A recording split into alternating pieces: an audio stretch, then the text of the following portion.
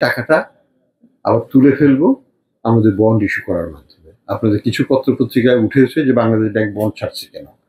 Bond ছাড়ার মূল কারণ হচ্ছে আমরা এক হাতে লিকুইডিটি সাপোর্ট দেবো, আরেক হাতে লিকুইডিটি উইথড্র করবো। আমাদের বাজারের যে তারল্য সেটা 6 ব্যাংকের টাকা দিল বাংলাদেশ সরকার।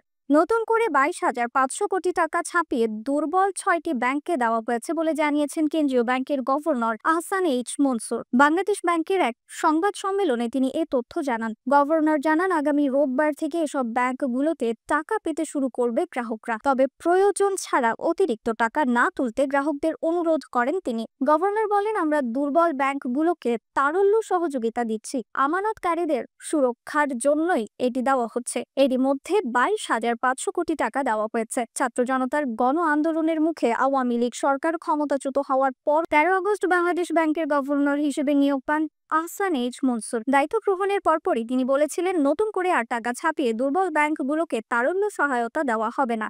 সংবাদ সম্মেলনে কেন্দ্রীয় ব্যাংকের গভর্নর আহসান এইচ মনসুর জানান, ব্যাংক খাতে অস্থিরতা দূর করতে চায় কেন্দ্রীয় ব্যাংক। ব্যাংকগুলোকে তারল্য সহায়তা দেওয়া হবে। গ্রাহকদের আমানত নিয়ে চিন্তার কিছু নেই। এ নিয়ে মাথা ব্যথা বাংলাদেশ ব্যাংকের। এ সময় আহসান এইচ মনসুর আরো বলেন, ব্যাংকিং খাতের অবস্থা খারাপ হচ্ছে না, বরং আগে থেকেই খারাপ ছিল। এখন সে অবস্থার উন্নতি করার চেষ্টা করা হচ্ছে। গভর্নর বলেন, আমরা একদিকে তারল্য দেব, অন্যদিকে পুরনো টাকা আস্তে আস্তে বাজার থেকে সরিয়ে নেব। এতে দেশের মূল্যস্ফীতি কমে আসতে পারে। রিফাত আরা ইসলাম, 21 সংবাদ।